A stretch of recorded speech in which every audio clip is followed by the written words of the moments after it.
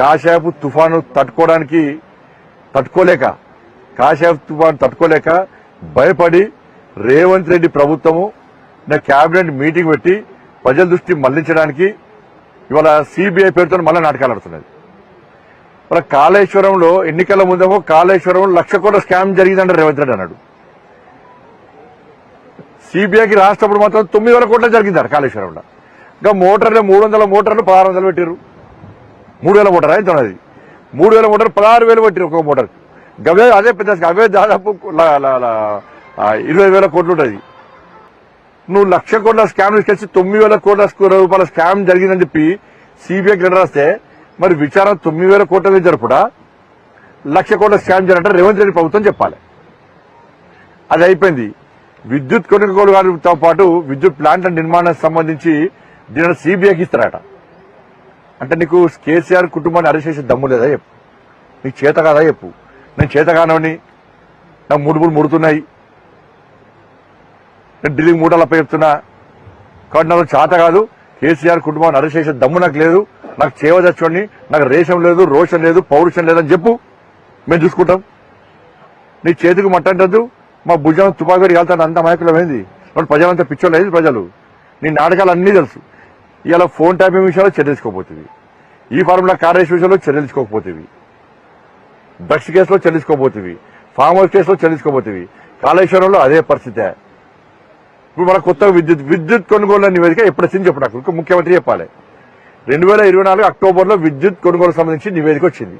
దానిలో కేసీఆర్ తప్పిదం వల్లనే ఈ అక్రమాలు జరిగినాయని చెప్పి పూర్తి నివేదిక వచ్చింది. సంవత్సరంన్నర నుంచి ఫైల్స్ కాబట్టి సంఖ్యలో పెట్టుకుంటేవి కనీసం కేసీఆర్ మీద చర్యలుకునే దమ్ములేదు నీకు. విచారణ టైంలో కేంద్ర ప్రభుత్వ అధికార సంస్థలున్నాయి అని చెప్పి అప్పుడు గుర్తురాలే నీకు. అది ఈ సంవత్సరం గుర్తురాలే. అంటే ఈ సంవత్సరంన్నర పాటు బేరసారాలు కుదుర్చుకున్నారు. బేరం కుదరలే, ఢిల్లీకి మూటల పడని పైసలు అడిగారు, వాళ్ళు పైసలు ఇవ్వలే. కాబట్టి ఇవాళ మళ్ళా సిబిఐకి ఇస్తారట. నీకు చేత కదా. నువ్వు విచారణ జరిపితే కేసీఆర్ తప్పిదం వల్లనే ఇదంతా జరిగిందని చెప్పి ఆ కమిషన్ నివేదిక ఇచ్చిందా లేదా? ఇచ్చినప్పుడు చర్యలు ఎవరు తీసుకోవాలి? నువ్వు కేసీఆర్ కుటుంబం చర్య తీసుకోవాలి. ఎందుకు తీసుకుంటలేవు? సిబిఐకి రావాల్సిన అవసరం ఏమొచ్చింది అంటే ఇప్పుడు సిబిఐ పెడతాను మన కేంద్రం ఏం చేస్తలేదు, సిబిఐ అరెస్ట్ చేస్తలేదు అంటే నువ్వు ఏవగానే మేము చేయాలా చెప్పు. నువ్వు చేతగాదని చెప్పు, మళ్ళీ చెప్తాను చేతగాదని చెప్పు, మేము చూస్తాం. మేము కేసీఆర్ని ఎందుకు అరెస్ట్ చేయలేదని, చేయడానికి ఎందుకు శాసించడం లేదో బండి సంజయ్ గారు జవాబు చెప్పాలి. వీళ్ళ బండి సంజయ్ గారు తుపాకీని మా ప్రభుత్వం పైన పెట్టి కాల్చాలనుకుంటా ఉన్నాడు. బండి సంజయ్ గారు తెలుసుకోవాల్సింది, తుపాకీ ఆయన చేతుల్లో ఉంది, ట్రిగ్గర్ నొక్కాల్సింది ఆలస్యం. ఆయన చేతులు ఆయన భుజం మీద ఉన్న తుపాకీని ఆయన కాల్చకుండా మా మీద పెట్టేదో తతంగం చేసి దీన్ని తిరకాసు పెట్టి కాల్చాలని ప్రయత్నం అవుతుందో ఇది మీకు బీఆర్ఎస్ పార్టీకి లోపాయికారిగా ఉన్న ఒప్పందం బయటపల్లి చేస్తుంది. నీకు లెక్కలతో సహా చెప్తాను నేను. కాళేశ్వరం విషయంలో నేషనల్ డ్యామ్ సేఫ్టీ అథారిటీ, కేంద్ర ప్రభుత్వం ఆదినటువంటి అథారిటీ ఒక డీటెయిల్ రిపోర్ట్ ఇచ్చింది.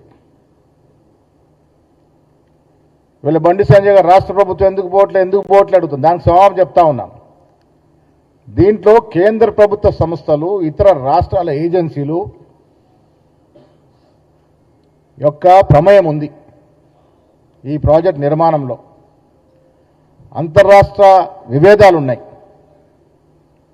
ఇవాళ రాష్ట్ర ప్రభుత్వం దర్యాప్తు చేపడితే మొదటగా మీరు సహకారం చేయరు, కేంద్ర ప్రభుత్వం సహకారం చేయదు, పక్కనట్టు మహారాష్ట్ర ప్రభుత్వం సహకారం చేయదు, కేంద్ర ప్రభుత్వం దీంట్లో ఉన్నటువంటి కేంద్ర ప్రభుత్వ సంస్థలు సహకారం చేయవి. దాని కారణంగానే ఇది అసెంబ్లీలో చర్చ పెట్టి దీన్ని సిబిఐకి అప్పచెప్పడం జరిగింది.